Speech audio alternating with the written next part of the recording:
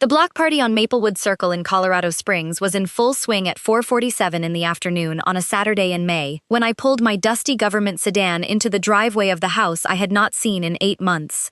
I was still wearing my Air Force flight suit. I had come directly from Peterson Space Force Base. My son Ethan, 7 years old, was standing on my former mother-in-law's front lawn across the street, holding a hamburger, when I stepped out of the car. He looked at me. He did not run to me. He looked, instead, at his grandmother Barbara, standing next to him on the lawn, holding a plate of watermelon and wearing a floral sundress. Barbara looked at me across the street. She said, loudly enough that 14 neighbors, most of them women I had known for 6 years, turned to watch. "Well, would you look at that? Sergeant Absentee decided to come home." 3 of the women laughed. One of them, a woman named Diane, whose Christmas cards I had signed every year for 4 years, turned her back on me. I stood in my driveway in my flight suit, holding a duffel bag, 7 months after my last real conversation with my son, watching a neighborhood I had lived in for 6 years decide, in real time, that they had already picked their side. That is when the black staff car pulled up to the curb behind me. Colonel Marcus Ashton, United States Air Force, stepped out. He was in service dress. He was holding a small blue leather box. He said, loudly enough for the block party to hear, "Major Bennett! I told you I was coming." The neighborhood went silent. The neighborhood. My name is Sarah Bennett.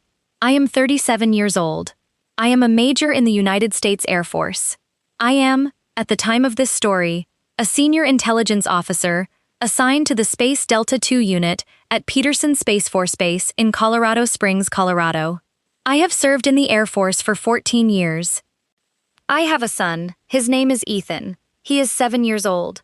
I have to explain, before I can tell you what happened at the block party, how my 7-year-old son ended up on my former mother-in-law's front lawn instead of running to hug his mother after 8 months of deployment. I was married to Ethan's father, Kevin, from 2016 to 2020.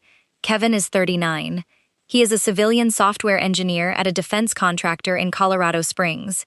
He is, to be honest, a pleasant enough man. He is not, as it turned out, a strong-willed one. We divorced amicably in 2020, when Ethan was 2 years old. The divorce was Kevin's idea. He had, per his own honest words, realized that being married to an Air Force officer meant a life he had not signed up for. I did not argue with him. I signed the papers. We agreed to a joint custody arrangement. The custody arrangement was straightforward. When I was stationed in Colorado Springs, Ethan lived with me during the week, and with Kevin every other weekend. When I was deployed, I had deployed twice since the divorce, once for 4 months and once for 6 months. Ethan lived with Kevin. The problem was not Kevin. The problem was Kevin's mother. Her name was Barbara Wallace. She was 68 years old. She was a retired kindergarten teacher. She lived in the house directly across the street from the house Kevin and I had bought together in 2017, a house Kevin had kept in the divorce, per my request, so that Ethan could stay in the same neighborhood. Barbara had, in the 20 months since our divorce, moved from being a passively critical mother-in-law to being, I want to be careful about how I describe this, an actively hostile former mother-in-law who lived across the street from her grandson's other custodial home. She had, during my previous 2 deployments, become the primary caregiver to Ethan whenever Kevin was at work. She was, functionally, more present in my son's daily life than either of us. That was not, in itself, a problem. The problem was what Barbara had been telling Ethan, and telling the neighborhood, during my deployments. I first learned about it in an email from Ethan's 2nd grade teacher. Her name was Mrs. Ramirez. She had taught Ethan since kindergarten. She was, in every way, an exceptional teacher.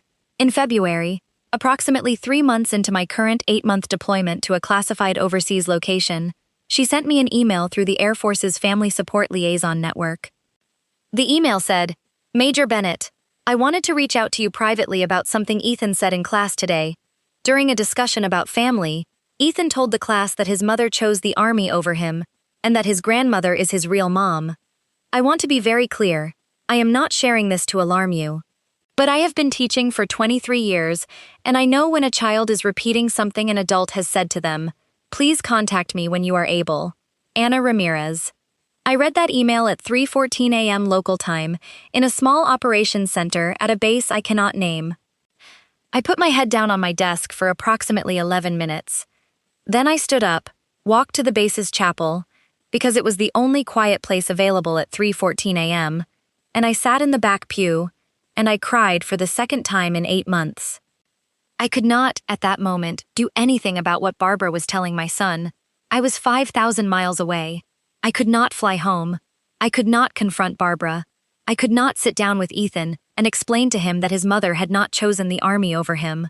I could not, in the specific practical sense, do anything. What I could do, what I did do, was 3 things. First, I called Kevin. I did not, on that call, tell Kevin what Mrs. Ramirez had emailed me. I asked Kevin, in a general way, how Ethan was doing. Kevin said cheerfully, "He's great, Sarah. Mom has been amazing. She's basically been a full-time mom to him during your deployment. It's been really good for him."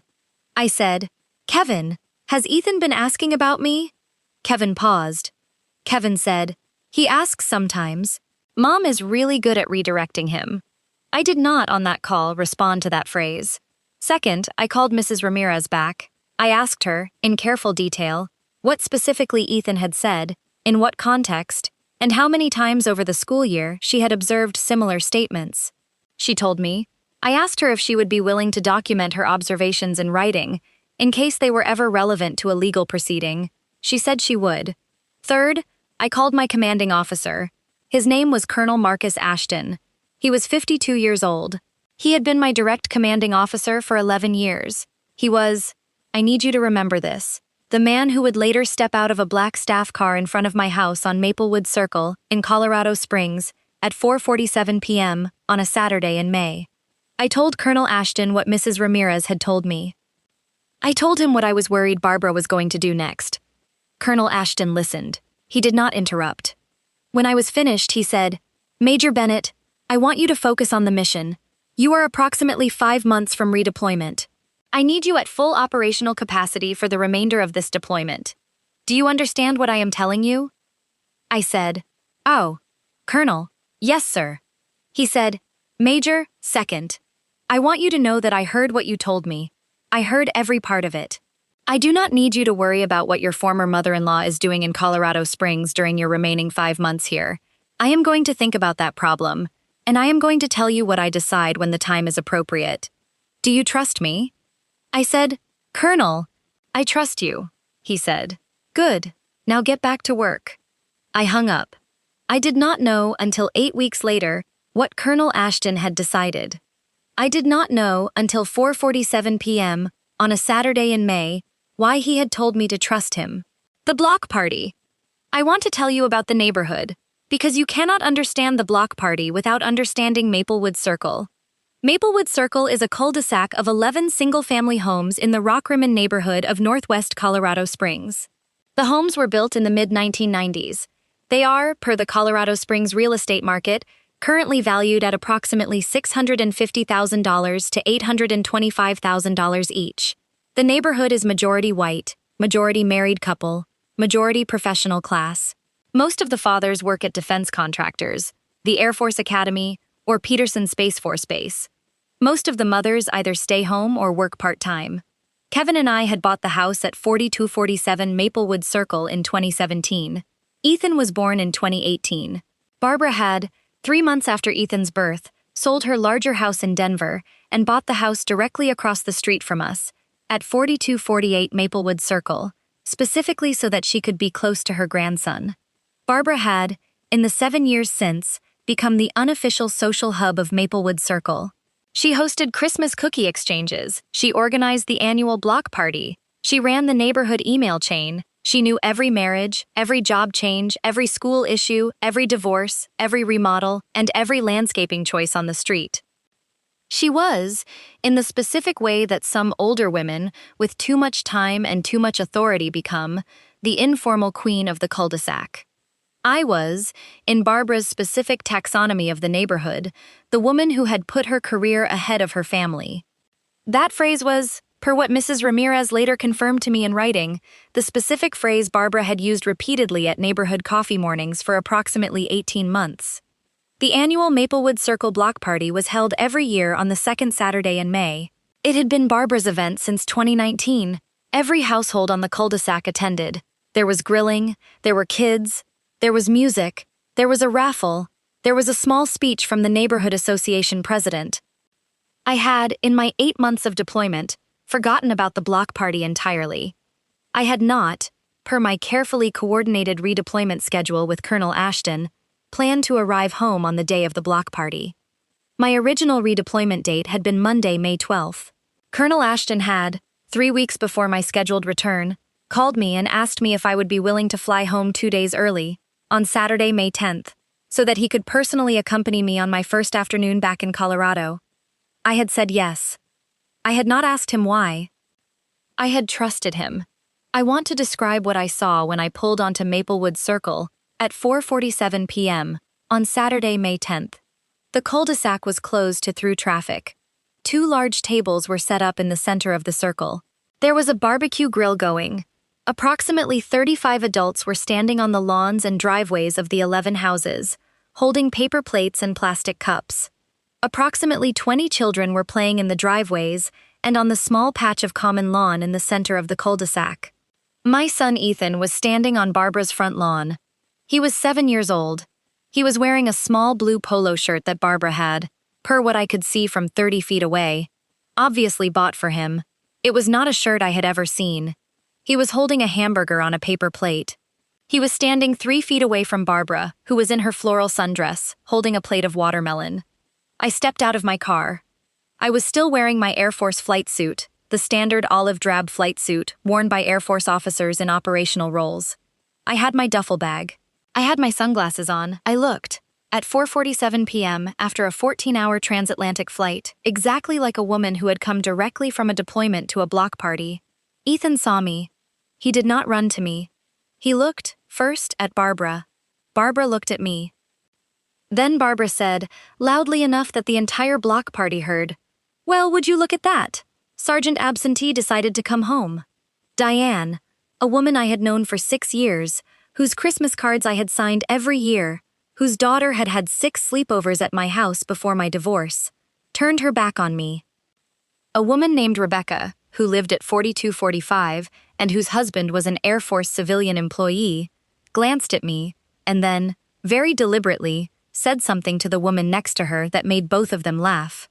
A man I did not recognize, someone's husband, said, loud enough for me to hear, "Barbara, that's harsh." Barbara said, cheerfully, "Oh, don't worry about it. Ethan and I are fine, aren't we, sweetheart?"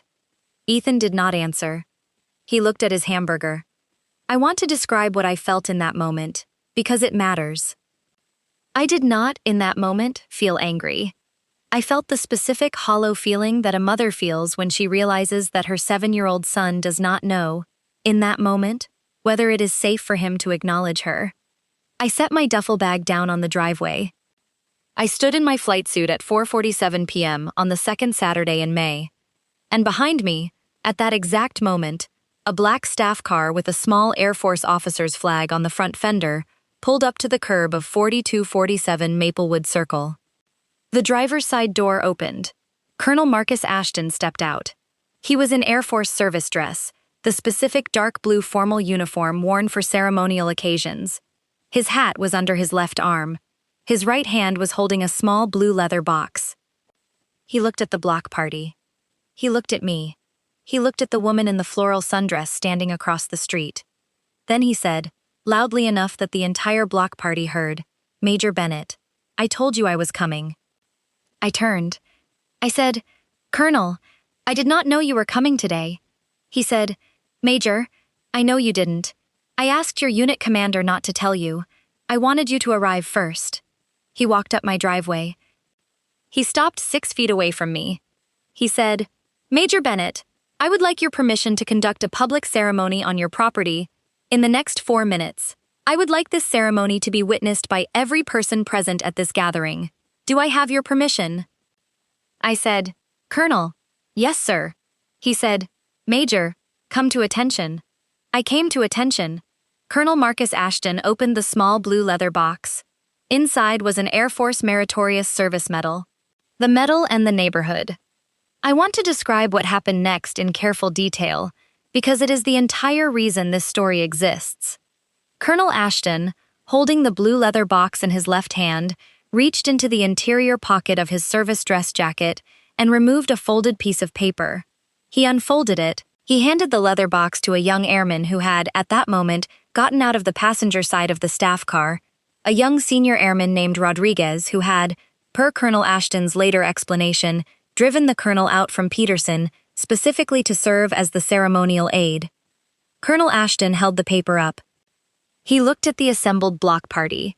35 adults, 20 children, one particular former mother-in-law in a floral sundress standing across the street. He said, in a voice that projected easily across the cul-de-sac, "My name is Colonel Marcus Ashton, United States Air Force. I am the commanding officer of Space Delta II at Peterson Space Force Base. Major Sarah Bennett is one of the senior intelligence officers under my command. She has been under my command for 11 years. He paused. He said, Major Bennett returned this afternoon from an 8-month deployment to a location I cannot name. During that deployment, Major Bennett served as the lead intelligence officer on a mission that I also cannot name.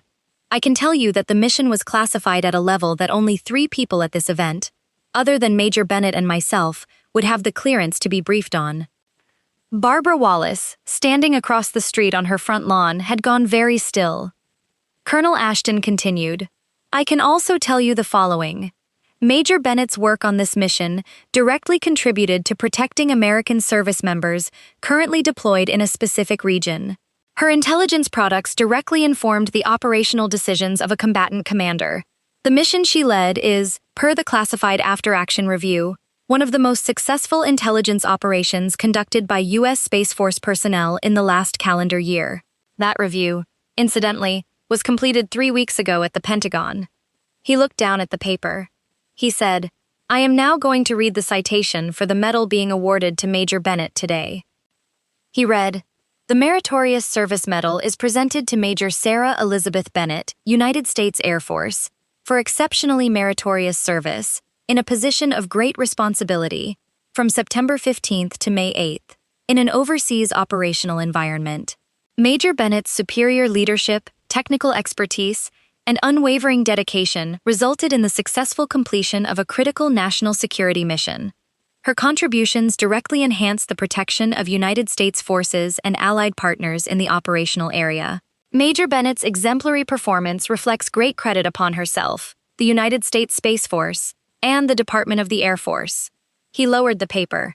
He said, I would like Major Bennett to please face me. I turned to face him. Senior Airman Rodriguez stepped forward with the medal. Colonel Ashton took the medal from the leather box. He pinned it, personally, above the left breast pocket of my flight suit, the specific location on a flight suit where combat awards and decorations are worn. He stepped back. He saluted me. I returned the salute. There was, at that moment, no sound on Maplewood Circle. The barbecue had stopped. The children had stopped playing. The music had been turned off. I do not know by whom. Every single one of the 35 adults present was looking at me. I looked past Colonel Ashton, past Senior Airman Rodriguez, past the 2 tables in the center of the cul-de-sac, past the barbecue grill. I looked at my son Ethan, who was standing on his grandmother's front lawn, holding a hamburger on a paper plate. Ethan was crying. He was crying the specific silent tears of a 7-year-old who does not fully understand what he is watching, but understands, at some level, that the woman being saluted by a man in a fancy uniform is his mother, and that his mother is not who he had been told his mother was. I said, Colonel, may I be excused for a moment, sir? Colonel Ashton said, Major, you have all the time you need. I walked, in my flight suit, with the Meritorious Service Medal on my chest, across Maplewood Circle. I did not look at any of the adults. I did not look at Barbara. I walked directly to my son on his grandmother's front lawn. I knelt down. I said, Ethan, hi, sweetheart. Ethan said, Mama, is that a real medal? I said, Baby, yes, that is a real medal. Ethan said, Did you get it for being a hero? I said, Ethan, I got it for doing my job, but I want to tell you something, and I want you to remember it. Are you ready? Ethan said, "Yes, Mama." I said, "Ethan, I have never chosen the Air Force over you. Not once. Not for one single day. I have chosen the Air Force, and you. Every single time. The Air Force is what I do. You are who I am. Do you understand the difference?" Ethan said, in the specific way 7-year-olds process a very adult concept. "Mama, I think so." I said, "Good. Because I am home now, and I am not deploying again for at least 3 years. I am going to be here. Every day. For breakfast, for homework, for soccer, for everything. Do you understand?" Ethan said, "Yes, Mama." He wrapped his arms around my neck. He held on for approximately 2 minutes. While he held on, I heard from behind me Colonel Ashton's voice. He said to Barbara Wallace, "Ma'am, may I have a word with you?" I did not turn around. Ethan held on to my neck. I heard, distantly, Colonel Ashton speak to Barbara for approximately 11 minutes. I could not, from 30 feet away and with a crying 7-year-old attached to my neck, hear the specific words. I would learn them later, from Senior Airman Rodriguez, who was, per Air Force protocol, formally serving as a witness to the interaction. Colonel Ashton told Barbara Wallace 3 things. First, he told her, using specific dates, specific quotes from specific coffee mornings, specific screenshots of specific Facebook posts, that he was aware of the specific defamation campaign she had been conducting against Major Bennett for the previous 18 months. He informed her that these communications, per Colorado state law, met the definition of defamation per se because they included false statements about the professional conduct of a commissioned officer of the United States military. Second, he informed Barbara that the Air Force JAG office at Peterson had, at his request, prepared a preliminary case file on her conduct. The file included Mrs. Ramirez's teacher observations, 3 sworn statements from other neighbors who had approached Colonel Ashton after being contacted by military family support, and the Facebook posts. The file was, per Colonel Ashton's phrase, sufficient to support a civil action. Third, he informed Barbara that the Air Force would not pursue such an action, and that Major Bennett would not pursue such an action, on the following condition. Barbara Wallace would immediately, publicly, and unequivocally correct the record with every person on Maplewood Circle to whom she had spread false information about Major Bennett's conduct as a mother. Barbara Wallace was to make this correction, per Colonel Ashton's exact instructions, at the block party. That afternoon, within the next hour. She would do it while Major Bennett was standing in her son's grandmother's front lawn. She would do it while the block party watched. Barbara Wallace, at 5:11 p.m. on Saturday, May 10th, did exactly that. After, I want to tell you what happened over the next 4 months, because it matters. Barbara's public correction on Maplewood Circle took approximately 11 minutes.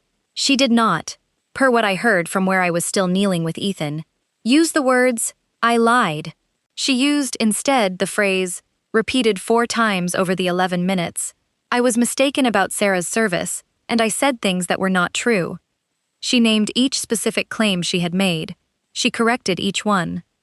3 of the neighborhood women who had, before the medal ceremony, turned their backs on me, including Diane, whose Christmas cards I had signed for 4 years, came to me over the following 90 minutes and apologized directly.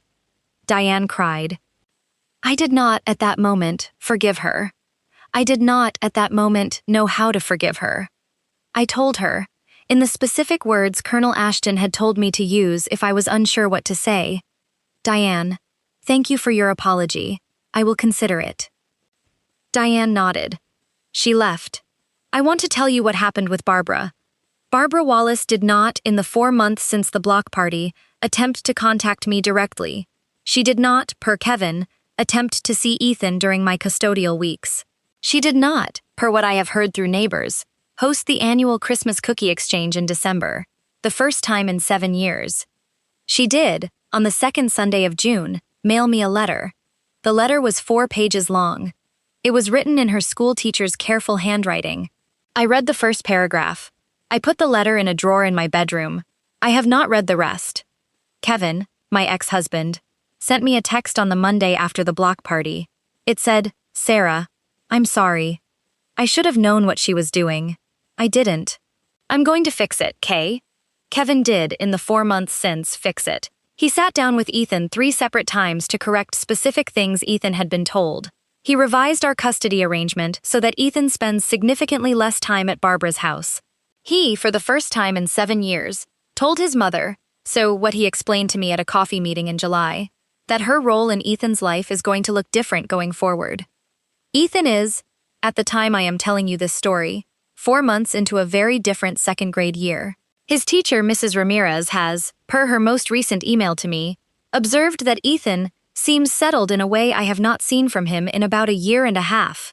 He has, per his own statements to me on our nightly bedtime call when I am at the base, started referring to Barbara as Grandma across the street, instead of, per his previous phrasing, my other mom. I have, in the 4 months since the block party, been assigned to a training command at Peterson Space Force Base, the assignment I requested, and that Colonel Ashton personally supported. I will not deploy again for a minimum of 3 years. I am, per my current assignment schedule, home for breakfast every morning at 7 o'clock. I am, per my current schedule, home in time for soccer practice every Tuesday and Thursday. Colonel Marcus Ashton retired from the Air Force in August. His retirement ceremony was held at the Peterson Space Force Base Chapel. Ethan attended with me. He was, at 7 years old, one of the youngest attendees in the room. He was wearing a small blue suit that I had, this time, bought for him myself. At the reception afterward, Colonel Ashton knelt down to Ethan. He said, "Son, I want to tell you something, and I want you to remember it when you're older." Ethan said, "Yes, Colonel." Colonel Ashton said, "Your mother is one of the best officers I have ever served with in 31 years in the Air Force. She has never, not once, chosen the Air Force over you. She has chosen the Air Force and you, every single day. Do you understand the difference?" Ethan said, "Yes, Colonel. She told me that too." Colonel Ashton smiled. He said, "Good, then it must be true." Ethan laughed. "I want to tell you one final thing. The Meritorious Service Medal that Colonel Ashton pinned on my flight suit at 4:47 p.m. on Saturday, May 10th, is currently framed in a shadow box on the wall of Ethan's bedroom.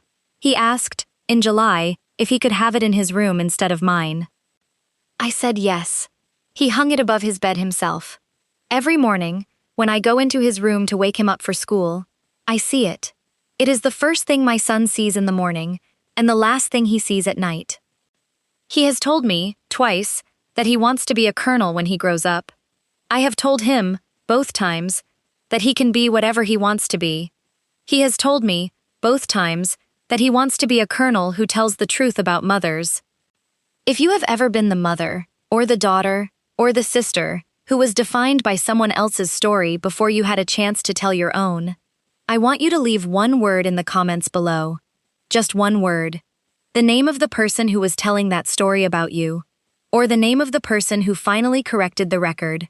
Say the word, because someone in this comment section is going to see your word, and they are going to remember that the truth about a mother is a specific kind of truth that the woman who lived it is the only person who gets to define. And if this story reminded you that a uniform, sometimes, tells the story that a sundress has been trying to hide, book, because next week, I am telling you about a boss who fired me in front of the board on my last day. The new CEO said my name first. I'll see you there.